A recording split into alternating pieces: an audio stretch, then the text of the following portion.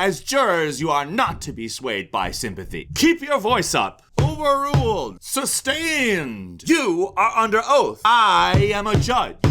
All rise for me. Okay, you may sit. Now rise. Okay, sit. Now rise again. Sit. Stay sitting there. I was going to call you all out on me not saying Simon Says, but I also remembered I never actually said anything about that. I'm acting. Not well, but even right now that I've broken the fourth wall, still acting. And if there were people here, I'd be acting for them. Also, they'd be acting. And you, on the other end of the camera, wouldn't be. You, like all the other filthy plebeians, are happy to just chow down on the filth we put before you. You're grateful for it, in fact, to dine on the leavings of the legal system, and indeed the overarching system itself is not so bad when it's all you get. And hee-hee, ha-ha, everyone gets put in their place. Ha-ha. Including you.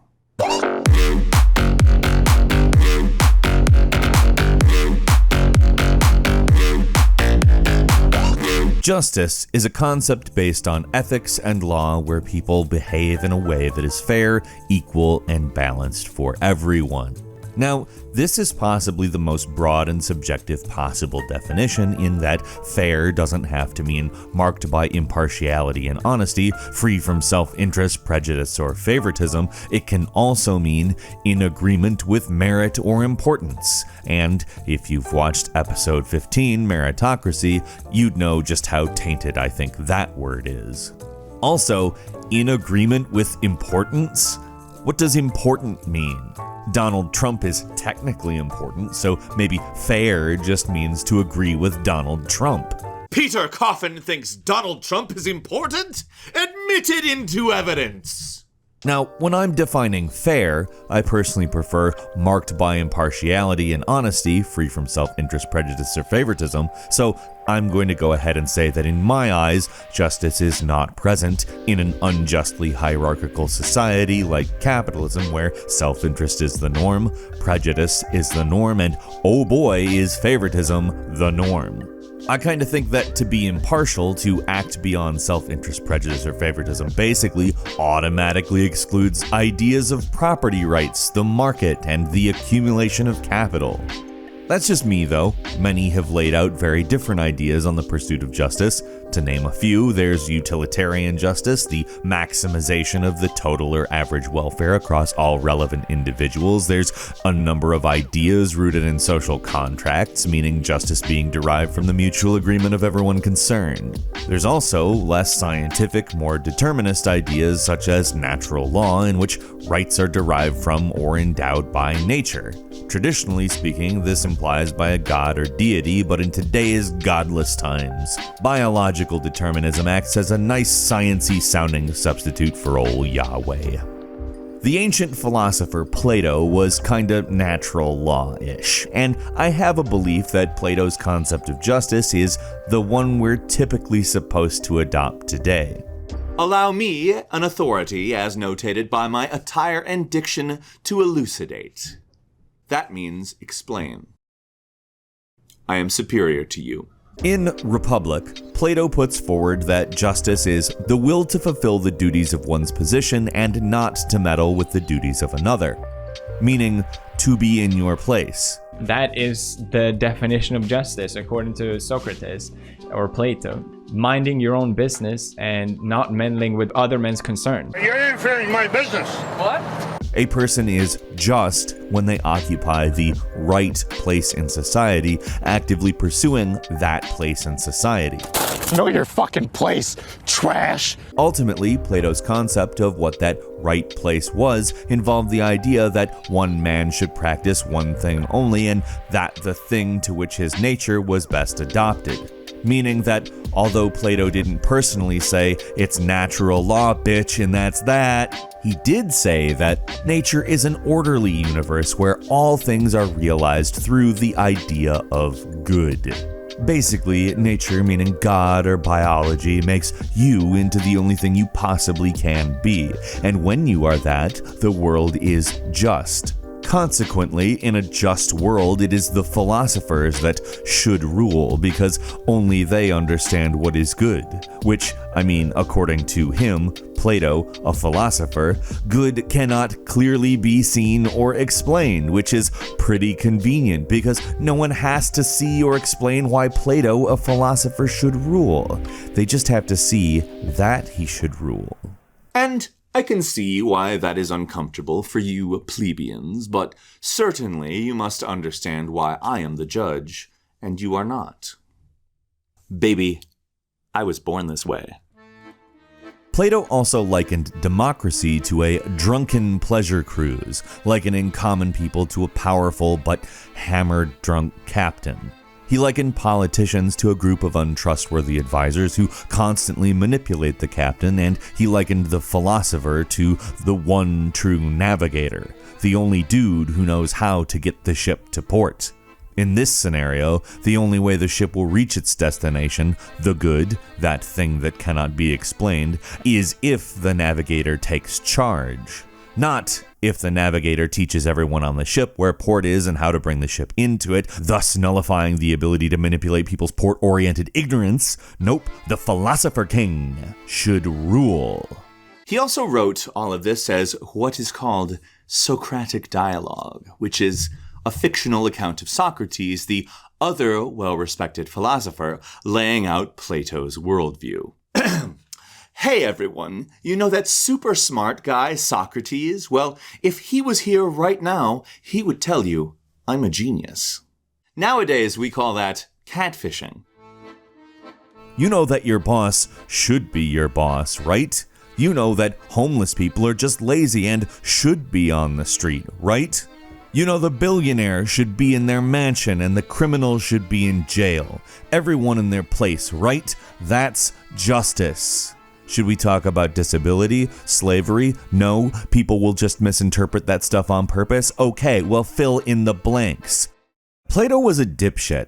So the evidence will show that Plato's view on justice is basically a justification for pretty much every society in which power centralizes among a class of elites. The court finds that there is a factual basis for this assertion. And the verdict is delicious. Order, order, order, order, order. I'm having my cake and eating it too. Let them eat cake. While I think we are more or less supposed to accept something along the lines of Plato's justice, I don't think it matches what most people would say if asked what justice is, which I think would be a lot closer to what I said earlier, a fairness marked by impartiality and honesty, free from self-interest, prejudice, or favoritism. And I think that, somewhere deep inside, we notice this contradiction. However, if we were to take that inclination a bit more seriously, if we were to bring it out of our subconscious and tackle it head on, heads might just start rolling a bit more than usual. And certain people, currently with heads, want things to stay as they are now for obvious head-oriented reasons. This creates a need to influence the general population not to take that path when we come to that fork in the road. And where some might think that means we have to make better choices. I'd ask you to consider a fork in a road where one of the two choices has those orange barrels up and a sign that says, "Road closed, detour, construction, danger, no gays." Although I don't know why it says no gays. That's kind of a bigoted, weird choice on the hypothetical work foreman's part. Anyways, you don't know how real those signs are or who put them there, but I really just don't think you're going to turn in that direction, given they are there. Similarly, would you pick being entertained over being homeless, hungry, and unhealthy? How do you plead? Entertainment is a form of activity that holds the attention and interest of an audience, giving pleasure and delight. It is a form of activity one might even click the like button, click subscribe, ring the notification bell, and become a patron using the link in the description for. Maybe this. is framework. Entertainment is often historically linked to royal courts, though recently entertainment has gradually been perceived as a more plebeian activity. But seeing as history is told through the record, and the record is made by those with the means to produce, store, and or distribute it, I feel like poor people probably did entertaining things for each other before there was institutional support in the form of wealthy financiers and industry for it. But whatever. Enough. We do not need to know what entertainment is. We know. We're watching a second-rate Midwest doofus try to do it right now. Why are we talking about it? How is it relevant? Why has this matter been brought to me in a court of law? Well, entertainment, in a capitalist context, is a commodity.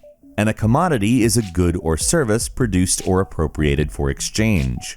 Because commodity exchange essentially drives capitalism, if entertainment or really anything is not produced as a commodity, it is often considered worthless because it is impossible for a bystander to easily determine its value.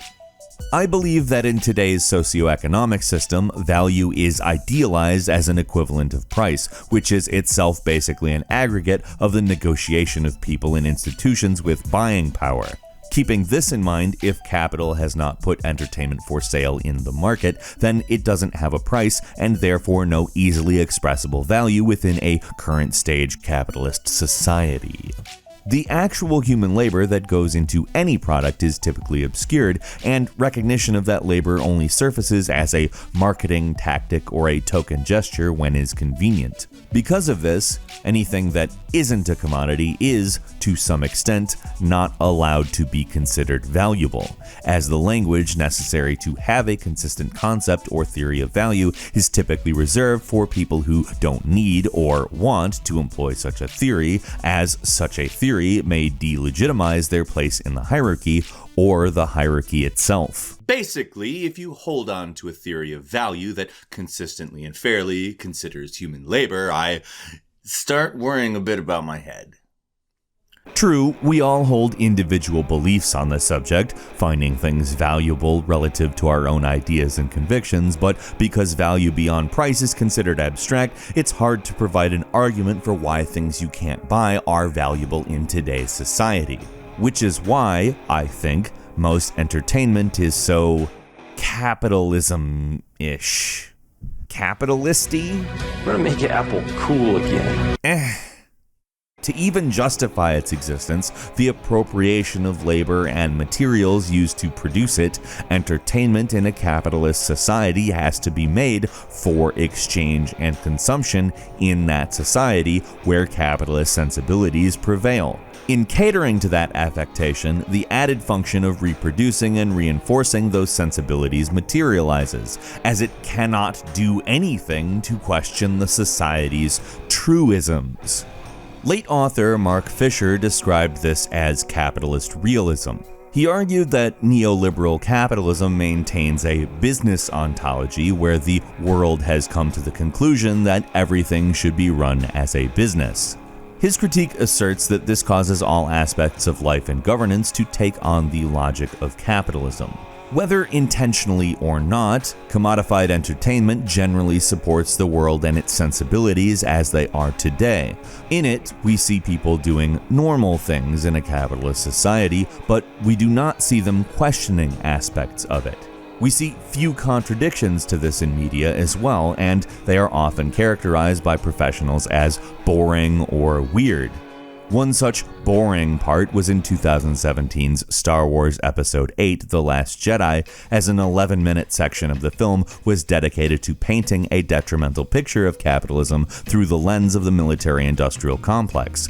Though the film was well reviewed, at least in the professional sphere, a consistent viewpoint expressed in these otherwise positive reviews was that the Canto Bight sequence didn't make sense, didn't need to be there, or was boring. Now, obviously, what is boring is a subjective opinion, and I'm not shaming you if you thought that was boring, but It's fairly interesting to me, the idea that the only part worthy of being called boring or unnecessary in the professional sphere is the part that is against capitalism in the military-industrial complex. Another oddity can be seen in 2018's Sorry to Bother You, where an ongoing labor strike continues through much of the film. That is not normal. Film scripts generally do not even mention labor strikes, let alone depict them. So then, if our definition of justice and the concept of justice we have been pushed to accept are in conflict, and entertainment is heavily commodified, necessarily functioning as an endorsement of the existing arrangement of power, it's not really much of a leap in logic to expect one might bleed into the other. And bleed it has. So the results of forensics show that both justice and entertainment were at the scene. We'll take a break for lunch. When I was 10, I spent my time playing Sonic the Hedgehog and watching my favorite show, Mighty Morphin Power Rangers. And you know what? O.J. Simpson really got in my goddamn way. As a kid, I didn't know what was going on, and being the trial was literally just people sitting in a room talking, and it was on every goddamn day, I found it really boring, and I hated it. But I also didn't own the TV. Insert joke about property rights here. Little did I know, at that point I was watching them put spackle over various cracks in the foundations of society. The spectacle of the trial was a slow burn. It had been a few years since the Gulf War, and the news landscape had pretty much normalized 24-hour cable news and the aesthetic of exhaustive coverage. This was also a time where soap operas mattered more, and the concept of a parasocial live stream did not exist. 24-hour cable news didn't have Donald Trump back then, and therefore didn't have a full schedule of programming dropped in their laps every single day. If they don't like it here, they can leave. In fact, they were hungry for something that could take up time and be compelling, or at least compelling enough. Having all of the elements of a soap opera, new details daily, new hairstyles often, and a dream team of lawyers dealing with the blurry line between fame and infamy, meant the OJ trial was right up their alley. Rifts along class lines as much as racial ones manifested in this trial. The rich get away with things because they have money. The blacks are violent and do all the worst crimes. Look what they do to our white women when you give them leeway. A lot of bad opinions manifested in this trial, and it gave 24-hour cable news and the then growing right-wing radio movement everything they were looking for. Gerald Almond, one of Simpson's Dream Team lawyers, said that during the trial, what I realized is this is entertainment. This is not news. And you could make the argument that this is what made the O.J. Simpson case unique. It was the first time so many different instances came together in exactly this kind of media frenzy, simultaneously raising Simpson's profile while lowering his stature, making it easy to project one's internal struggles onto him as an enemy. But to make the assertion that what made this case unique was that it was entertainment, not news, you'd have to make the claim that our image of the justice system isn't already pretty much that. For the public in general, the lesson I want to sing loud and clear is that the best cure for hype is history. While in the U.S. criminal justice system, people are supposed to be presumed innocent until proven guilty, it's rarely how we view them. Our trust in institutions instead directs us to believe both state and capital representations first and forget reasonable doubt. It is only after an airtight case is presented that we change our minds, and even then it doesn't always take. To be accused by the legal system is to be publicly guilty in the eyes of most people. And you need to be put in your place. This is the foundation of a narrative that gets crafted to engage what I described in episode 22, the outrage. The outrage is the media spectacle in which everyone is given the version of the story which will best create for them the catharsis of being seen or heard. It ultimately cements everyone's beliefs and gets us all angry at each other rather than those with power. It also glues people to the media for whatever happens next. Is there any trial that isn't a miniature version of this? The only way out is a performance that totally changes the hearts of relevant onlookers, and whether or not that performance plays in a small room with a limited number of randomly selected peers isn't necessarily an indication of how it would play in the public discourse either. Defense attorney, prosecution, victim, defendant, these are all roles that we expect certain actions and behavior from. It is theater more than it is an objective examination of evidence, mostly because an objective examination of evidence is not possible. A human being will always color everything they perceive with their experience, their past, their mood, their class, their identity, and I imagine a number of other factors. The result of a case is very much dependent on how people fulfill their roles. If O.J. Simpson had burst into the courtroom on day one, spiked a football, and screamed at the top of his lungs that he was ready to fuck shit up, bitches, he probably wouldn't have been let off the hook, legally speaking. His place would have been in jail, and the entertainment commodity produced is the image of him, a person that belongs in jail, or prison, or whatever. The actual unique selling point with the O.J. Simpson trial is that people on both Simpson's legal team and in the media figured out that it was entertainment, and therefore understood this was all commodifiable as an image day to day for the duration of the trial, and in various images and physical products after the fact. That can mean anything from documentaries about the case to books by the lawyers to the modeling reality TV and beauty product empire created in the wake of one of those lawyers' daughters' ex's revenge porn becoming a national phenomenon. Do you think her ass is fake? No, do you? Sometimes. The aesthetic of justice as we are asked to accept it, the image of people being put in their place, has since been put to work as a very clear entertainment commodity in a range of diverse ways. Everything from Law and Order to Judge Judy has taken some element of what people got hooked on in the OJ case and made it into their thing, their angle, the hook. With varying degrees of what people will accept as reality. Go home, gamer girl. What the hell is your problem? Some of it is purported as real life, some simply ripped from the headlines, and some outright entirely fictional. And it's moved into the realm of social media, where the outrage sets the stage for the trial by public opinion. Sometimes it's just that, outrage. Someone ends up hated by one side, loved by another, both for political reasons, and everyone argues about it until every ounce of validation juice has been squeezed from the fruit. Sometimes it ends much more horrifically. Many just wanted him to admit it. Why though? Why does it matter? Ultimately, justice, the entertainment commodity, was served. The cheater has no place in society, for the society is fair at its core, and this individual just didn't respect that. For some, it wasn't even enough justice. In ending his own life, he committed another crime in their eyes. To simply move on and allow everyone to also move on would mean we'd have to prioritize forgiveness, or perhaps just people's right to existence, over the current structure of society, a structure that contradicts what I think we would ideally call justice. Despite the way I'm dressed, I'm actually really not here to impose any kind of moral judgment on anyone, and most of all, on you, my dear viewers. How you respond emotionally to literally any of this stuff is your business. Honestly, that last section kind of fucked me up, so I don't blame you one way or another.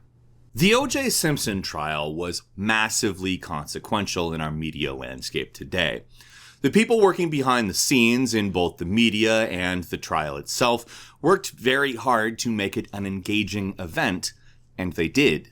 But although I'm pretty sure it was an entertainment commodity, and it very likely did pave the way for justice as an entertainment commodity, at least as we know it today, it probably wasn't really that, because O.J. Simpson didn't get put in his place.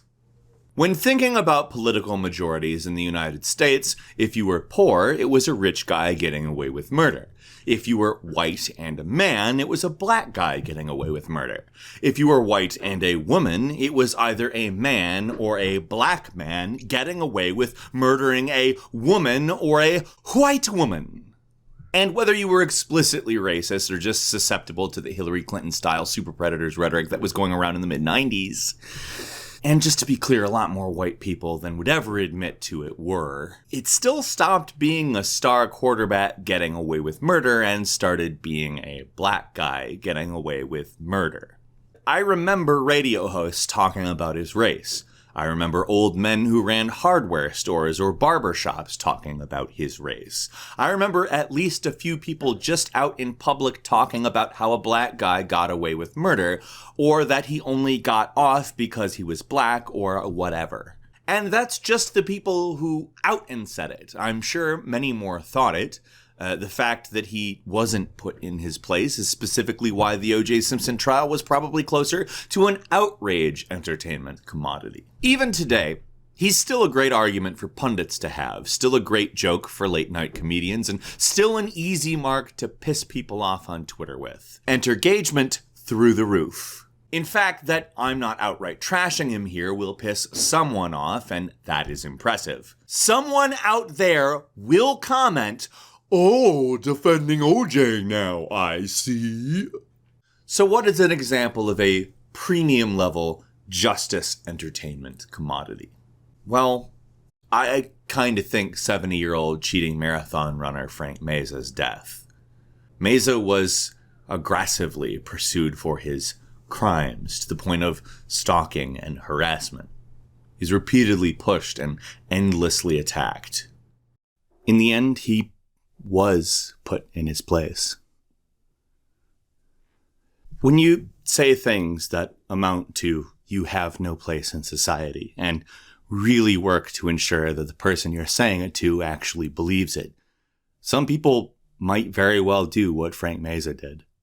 And if and when someone does it, it's hard to argue that they didn't get put in their place, at least by the standards I've put forward here. Sure, it definitely shut a lot of people up, but that's kind of what closure does, doesn't it? The last word has been said, and the world is morally how it should be.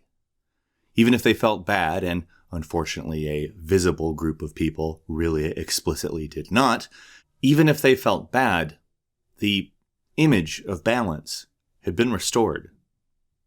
And unfortunately, the image of OJ could still become a premium level justice entertainment commodity. Hell, for some people who haven't watched episode 19, Peter Coffin's Fake Girlfriend Rides Again, the image of me could still become a premium level justice entertainment commodity.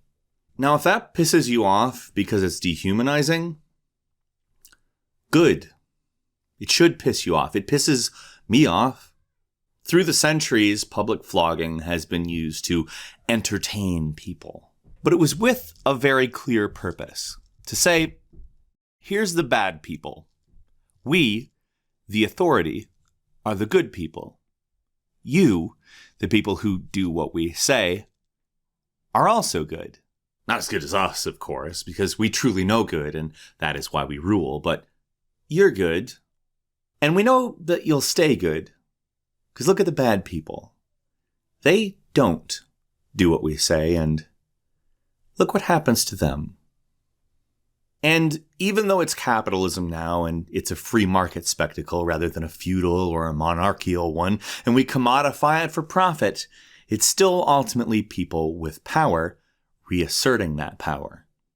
We have to be entertained by it, otherwise we are openly questioning the top good. Authority. We have to accept it. Otherwise, we are the bad people. A culture of public shaming and high-profile show trials has instilled in us this certain conception of justice. However, just outside of you, a more brutal and mechanical system works to warehouse people, usually poor people, and especially poor people of color, often only, specifically to exploit them in the form of coerced, undervalued labor. Around 94% of criminal cases at the state level and around 97% at the federal level actually never go to trial. Our punitive system works mostly on pretrial plea bargaining, and it's because people think they can't win. We have around 2.5 million people in some form of incarceration, and around 2 million of them actually never had their day in court. I think that deep down we recognize that the US justice system is a sham. And when there is no justice, we crave justice. But we receive a commodified fetishization, an artificially oversweetened cake spat out by a machine instead of a rich, well-balanced labor of love by someone with passion and experience in a craft. Capitalism is, among other things, a sophisticated means of coercion that works to make us feel good about things that will never happen within it. The justice we know is an image, as Debord would say. Baudrillard would call it simulacrum, a representation of a thing which does not exist. And this hyper-reality is commodified to make money from our pacifying catharsis. And so, I present to you exhibit number 739,485 for why we need to move to a totally different socioeconomic system that is centered around the well-being of everyday people and the common ownership of the means of production. Look in the mirror. Is this just? Are you entertained? No one ever sees me.